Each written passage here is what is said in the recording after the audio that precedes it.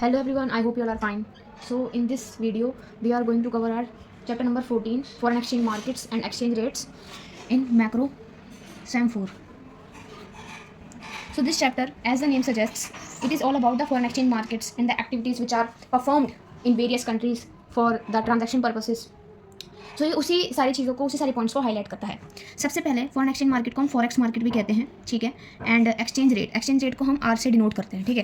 तो सबसे पहले फॉरेन एक्सचेंज मार्केट क्या है? It refers to the market और it refers to the place where क्या होती हैं, बैंक्स हों, ट्रेडर्स हों, ठीक है, एंड यूजर्स हों, सेंट्रल बैंक हो, ठीक है. These all components do the sale and purchase of the foreign currency, ठीक है. And what is the exchange rate here? Exchange rate refers to in that the exchange rate is the rate in which one currency is represented in the form of another currency. अगर मैं rupees को dollar की form में represent करूँ तो मैं ऐसे कुछ लिखूंगी, ठीक है.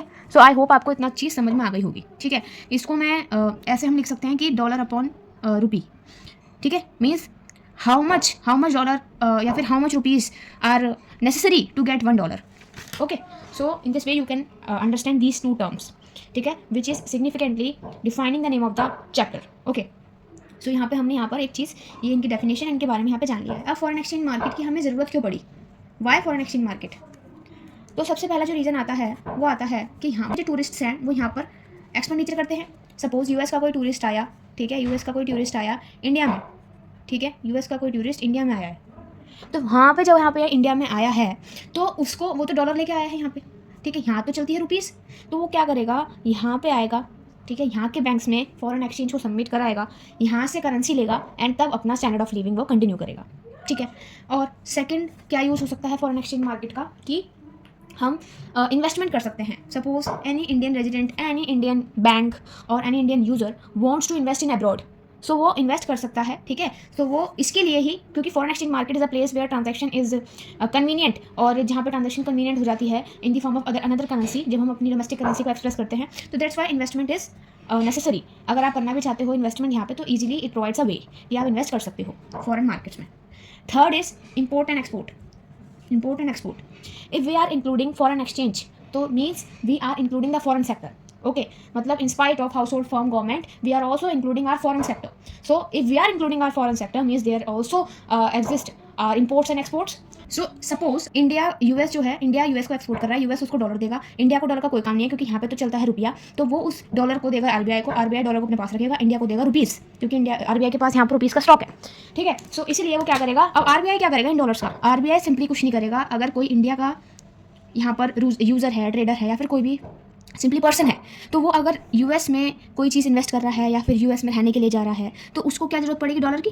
तो वो इसलिए उन डॉलर्स का यूज़ उस रेजिडेंट को देने में करेगा, ठीक है, जो यूएस में जाना चाहता है. सो यस, यही पूरी तरीके से साइकिल यहाँ पे चलने वाली है. सो आई होप आपको ये चीज़ समझ में आएगी, ठीक है. सो अब हम आ जाते हैं, हमने पढ़ लिया what is the need of the foreign exchange market, what is foreign exchange market, what is real exchange rate, ठीक है. सो एक्सचेंज रेट को हम on the demand supply curve कैसे दिखाएंगे? यहाँ पे हमारा एक्सचेंज रेट हो जाएगा, सपोज मैंने डॉलर और यूरो लिया है, means R equal to dollar upon euro, ठीक है, and this is the quantity of the euro needed for getting $1.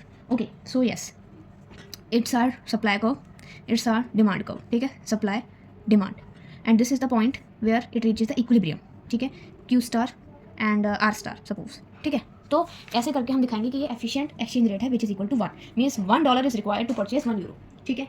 It is also be said as $1 is required to get €1, means हमारा value of dollar for euro, means how many dollars are needed to get €1. Okay, so yes, यहाँ पर हमने ये चीज़ अपनी cover करी. अब हम आगे बढ़ते हैं इफेक्टिव एक्सचेंज रेट पे. इफेक्टिव एक्सचेंज रेट, इसको आप ऐसे ही पढ़ोगे यहाँ पे, REER, real effective exchange rate, nominal effective exchange rate, ठीक है. तो आपको कहीं पे ये भी सुनने को मिलेगा, ठीक है, लेकिन अभी खाली हम इफेक्टिव एक्सचेंज रेट पे यहाँ पे ध्यान देते हैं. तो what is effective exchange rate? What is effective exchange rate? So देखो, अब ऐसा तो नहीं है कि हमारी सारी करेंसीज, अगर डॉलर है, डॉलर हमारी वर्ल्ड वाइड चलती है, because it is quite stable in comparison to other foreign currencies, therefore it is considered as a standard unit, ठीक है. सो इसीलिए हम डॉलर का यूज़ करते हैं. सो अगर डॉलर हमारा किसी भी एक पर्टिकुलर करेंसी के रिस्पेक्ट में अप्रिशिएट हो रहा है, तो इट डजंट मीन कि वो हमेशा हर एक करेंसी के रिस्पेक्ट में अप्रिशिएट होगा. अगर वो रुपये के रिस्पेक्ट में अप्रिशिएट है, तो इट डजंट मीन कि वो यूरो के रिस्पेक्ट में भी अप्रिशिएट होगा. सपोज डॉलर हमारा रुपीज़ के रिस्पेक्ट में अप्रिशिएट हुआ है, बट यूरो के रिस्पेक्ट में जो डॉलर है वो हमारा डेप्रिशिएट भी हो सकता है. तो this is the effective exchange rate, means कि हमारी जो एक करेंसी है वो किसी और करेंसी के रिस्पेक्ट में तो डेप्रिशिएट हो रही है, बट इट डजंट मीन कि वो हर एक करेंसी के रिस्पेक्ट में डेप्रिशिएट होगी, तो वो किसी करेंसी के रिस्पेक्ट में एप्रिशिएट भी हो सकती है, ठीक है। सो यही होता है। तो basically effective exchange rate is the weighted average of exchange rates between the domestic currency and the nations currency, ठीक है, अदर नेशन करेंसी या फिर other nation trade partners exchange rate, ठीक है। अब हम एक इंपॉर्टेंट कंसेप्ट पे मूव ऑन करते हैं, जो है आपका आर्बिट्राज, ठीक है। आर्बिट्राज, हेजिंग एंड स्पेकुलेशंस को जानने से पहले आप spot rate and forward rate के बारे में जान लो, ठीक है।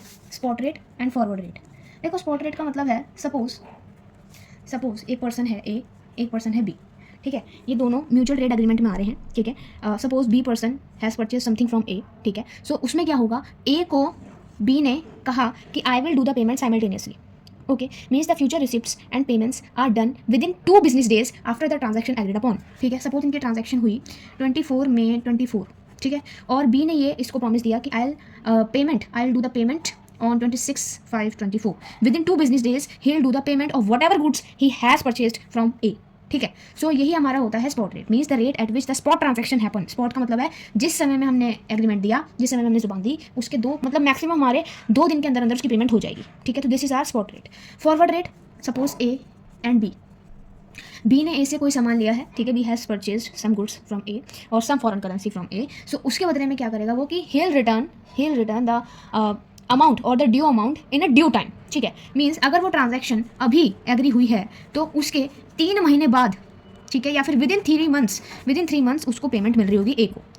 व्हाट इज फॉरवर्ड रेट, देखो फॉरवर्ड रेट का मतलब है अगर बी ने कुछ सामान खरीदा है ए से, तो उसने एक स्पेसिफिक रेट पे खरीदा होगा, बट उसने उस रेट पे पेमेंट अभी नहीं करी है, उस रेट पे वो पेमेंट करेगा within 3 months. So this is the 3 months जो ड्यू टाइम पीरियड होता है, ये क्रेडिट की तरह काम करता है। इसलिए हमने शुरुआत में भी पढ़ा था कि हमारा जो फॉरेन एक्सचेंज मार्केट है वो क्रेडिट फंक्शन को भी फैसिलिटेट करता है। तो इसलिए हमारा क्या है कि it is the function which is facilitating the credit function of foreign exchange market, ठीक है। सो इसलिए यहाँ पर फॉरवर्ड रेट है। फॉरवर्ड मतलब जो आगे आने वाला है, मतलब अभी हमने एक रेट फिक्स कर लिया कि आगे आने वाले में मैं आपको इतना पैसा दूंगा, पर वो आज के रेट पे दूंगा, ठीक है, ऐसे आप इसको समझो। तो this is our forward rate and जो भी ट्रांजैक्शन इस रेट पे होती है उन्हें फॉरवर्ड ट्रांजैक्शन कहते हैं। इन्हीं दोनों से कॉन्सेप्ट आता है forward discount and forward premium का। फॉरवर्ड डिस्काउंट का एक फॉर्मूला होता है, इन दोनों का एक ही फॉर्मूला होता है, ठीक है, स्लैश मार के लिखना। तो लिखना कि forward rate minus spot rate upon spot rate into 4 into 100।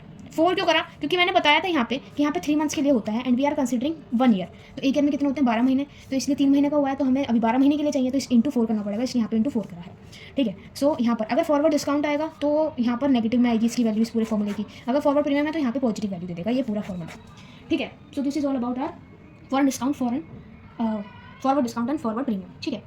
So now coming to the foreign risk वाला पार्ट एंड आर्बिट्राज। ये तीनों टॉपिक काफ़ी इंपॉर्टेंट है, इनको एक एग्जाम्पल के जरिए समझेंगे, ठीक है। देखो हेजिंग का जो मेन पर्सपेक्टिव होता है वो होता है प्रिवेंट रिस्क, कि हम रिस्क को प्रिवेंट करेंगे। स्पेकुलेशन का होता है अर्न प्रॉफिट को कमाएंगे। आर्बिट्राज का होता है हम यहाँ पे दोनों करेंगे, रिस्क फ्री गेंस, ठीक है। यहाँ प्रॉफिट था, यहाँ रिस्क था, यहाँ रिस्क फ्री गेंस है, ठीक है। तो हेजिंग का मतलब क्या है, देखो सपोज एक फार्मर है, उसने वीट की कल्टीवेशन करी है एंड उसका जो यील्ड है वो ₹22 पर केजी का वीट उसका अभी बैठ रहा है, बट फार्मर कैन एक्सपेक्ट कि वहाँ पर जो फ्यूचर में होगा इस वीट का प्राइस जो है वो ₹20 केजी हो जाएगा, तो मेरे को नुकसान हो जाएगा ₹2 प्रति केजी पर। तो उसने क्या करा, उसने एक ट्रेडर ढूंढा, ठीक है, ट्रेडर 1, सपोज उसने कोई ट्रेडर 1 ढूंढा जिसको जाके उसने इन्फ्लुएंस करा कि please buy my yield for 24 पर केजी। सो दैट उसने अपने रिस्क को यहाँ पे प्रिवेंट करा कि क्या पता अगर फ्यूचर में वो अगर डिक्रीज हो जाता वीट की वैल्यू तो मेरे को तो कुछ बचता ही नहीं, इवन मैं लॉस में चला जाता, ठीक है। सो इसलिए उसने 24 पर केजी में उसने यहाँ पर अपना जो यील्ड है वो सोल्ड कर दिया ट्रेडर 1 को। सो इसी को हम कहते हैं हेजिंग, मतलब प्रिवेंट रिस्क, उसने अपने रिस्क को प्रिवेंट करा। लेकिन अगर यही बात आती है इसी एग्जाम्पल के जरिए समझेंगे प्रॉफिट की, यानी स्पेकुलेशन को हम हिंदी में बोलते हैं सट्टा, ठीक है। सो स्पेकुलेशन का ये अनप्रिडिक्टेबल होता है, ओके, बट कोई बात नहीं, हम इसको पढ़ेंगे, यहाँ पे इंपॉर्टेंट भी है। तो प्रॉफिट अर्न करेगा, सपोज फार्मर का यील्ड 22 पर केजी का था, ठीक है। अब उसने क्या करा, उसने T1 को ढूंढा था और 24 पर केजी में यहाँ पे सोल्ड कर दिया था।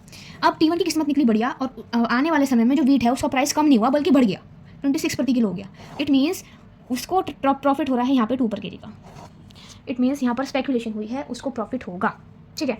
सो इसलिए ही हम यहाँ पे कहते हैं 2 पर केजी का उसको प्रॉफिट हो गया। सो अब हम आते हैं आर्बिट्राज मतलब रिस्क फ्री गेन, रिस्क भी नहीं है और गेन भी है, ठीक है। तो यहाँ पे हम देखते हैं कि फार्मर जो है उसको 22 पर केजी का था, ट्रेडर 1 को उसने कितने का बेचा, 24 पर केजी में बेचा था।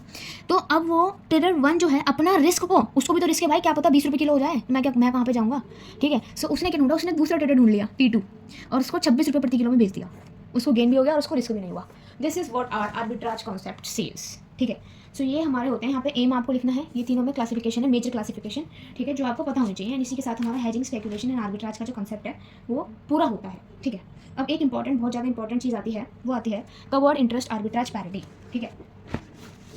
आर्बिट्राज का मीनिंग मैंने बताया, ठीक है, कि इसका जो मेन मोटिव होता है वो होता है रिस्क फ्री गेंस, रिस्क भी ना हो और हमारा गेंस भी हो जाए, ठीक है। तो सपोज अब कोई भी इंसान है, कोई भी एक इंसान है, वो फॉरेन में इन्वेस्ट करता है, किस रेट से कि जो भी वो पैसा लगा रहा है उस पैसे पे उसे इंटरेस्ट रेट हाई मिलेगा, ठीक है। लेकिन सपोज फ्यूचर में ऐसा हो जाता है कि उस इंटरेस्ट रेट को वो घट जाता है और उसको लॉस हो जाता है, तो इसलिए इस लॉस को प्रिवेंट करने के लिए इसमें एक रिस्क इन्वॉल्व होता है, ठीक है। तो अगर ये रिस्क कवर अप हो जाता है, अगर ये रिस्क किसी भी माध्यम से कवर अप हो जाता है, तो उसको हम कहते हैं कवर्ड इंटरेस्ट आर्बिट्राज पैरिटी, ठीक है। सो इसको हम covered interest arbitrage parity basically है क्या? It is the relationship between the domestic interest rate and the foreign interest rate, ठीक है, एंड फॉरवर्ड डिस्काउंट और फॉरवर्ड प्रीमियम, ठीक है। सो इसको माइनस करके दिखाते हैं, दोबारा सुनो इसकी definition. It is the relationship between the difference of the domestic interest rate and foreign interest rate and forward discount slash premium, ठीक है। इसलिए we show graph like this, passing line covered interest arbitrage parity, this is our forward discount on the negative axis and this is the positive आपका positive side for forward premium for positive axis, this is Y dash,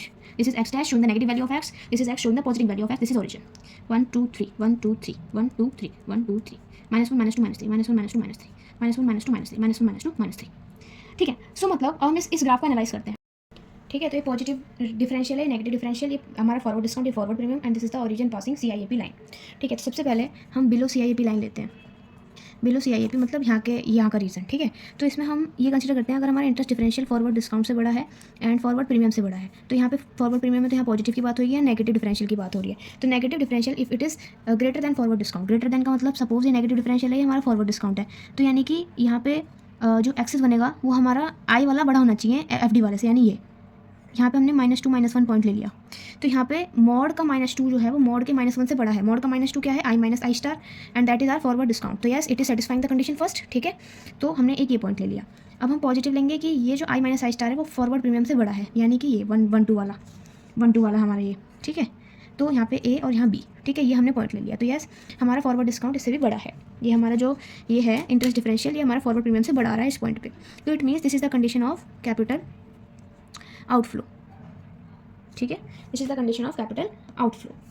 on the other hand अगर मैं यहाँ कहूँ above CIAP, उल्टी चीज़ हो जाएंगी। अगर negative differential जो है वो हमारा छोटा हो जाएगा फॉरवर्ड डिस्काउंट से, पॉजिटिव डिफरेंशियल हमारा छोटा हो जाएगा फॉरवर्ड प्रीमियम से, ठीक है। इसको देखेंगे, नेगेटिव डिफरेंशियल छोटा हो जाएगा हमारा फॉरवर्ड डिस्काउंट से, मतलब यानी कि हमारा -1 और 2, ठीक है, यहाँ पे कोई पॉइंट है, ऐसे यहाँ पे 2 और 1 ये पॉइंट है, ठीक है। तो यहाँ पे हमारा -1 इज स्मॉलर, मॉड वाला -1 इज स्मॉलर देन मॉड का -2, this is point C, this is point D, 2, 1। तो यहाँ पे भी हमारा जो 1 जो है वो 2 कोऑर्डिनेट से छोटा है, तो इसलिए हमारा ये कंडीशन सेटिस्फाई कर रहे हैं C और D पॉइंट, ठीक है। तो it means it is satisfying are capital inflow, ठीक है।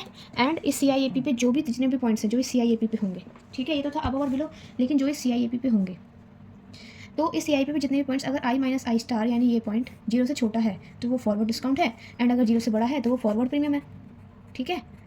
और अगर वो 0 ही है मतलब पॉजिटिव, हमारा इंटरेस्ट रेट हमारे जो करेंसी है फॉरेन करेंसी है उसके इंटरेस्ट रेट से मिल रहा है, मतलब I स्टार है, तो forward discount equal to forward premium, ठीक है। एंड इसका मतलब क्या है कि हमारा जो फॉरवर्ड रेट जो है वो हमारा स्पॉट रेट के इक्वल है, ठीक है। सो आई होप आपको इतना ये जो चीज़ है ना सारी चीज़ें कवर हुई होगी। अब आपका सारा चैप्टर कवर हो चुका है, चैप्टर नंबर 14। तो इस वीडियो को ज़्यादा से ज़्यादा लोगों तक शेयर करो गाइस। एंड अगर आपको इस पूरे चैप्टर के नोट्स चाहिए, डिटेल्ड नोट्स चाहिए, तो आपको एक सैम्पल भी दिख रहा होगा, इस तरीके के कुछ इसके नोट्स हैं। सो आप इन नोट्स को जाकर एक्सेस कर सकते हो, फुल सिलेबस के नोट्स अवेलेबल हैं। सो गिवन व्हाट्सएप नंबर पर आप सिंपली मैसेज कर देना और टेलीग्राम ग्रुप को व्हाट्सएप ग्रुप को ज्वाइन कर लेना है। यहाँ ये जो सारा सिखाया है इसकी PDF आपको Telegram channel and WhatsApp group पर मिल जाएगी, ठीक है। So share this video to your friends and subscribe my channel for these type of videos.